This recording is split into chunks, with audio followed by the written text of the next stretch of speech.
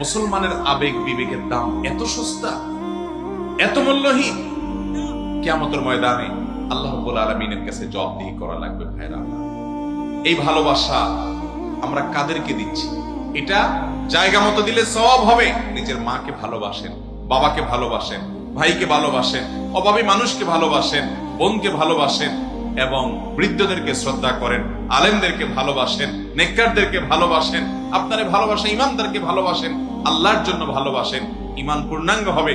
নবীজি সাল্লাল্লাহু আলাইহি ওয়াসাল্লাম বলেছেন, মান আহাব্বা লিল্লাহ, যে আল্লাহর জন্য ভালোবাসবে, ও আবগাদা লিল্লাহ, আরেকজনকে অপছন্দ করবে, সেটাও আল্লাহর জন্যই অপছন্দ করবে, এই ব্যক্তির ঈমান পূর্ণাঙ্গ হবে। আপনি যাকে ভালোবাসছেন খেলার জন্য, আমি ঘৃণা করি তাকে আল্লাহর জন্য। আপনি যাকে ভালোবাসছেন তথাকথিত তার নৈপুণ্যের জন্য, আমি তাকে ঘৃণা করি আমি তাকে সমর্থন করার জন্য।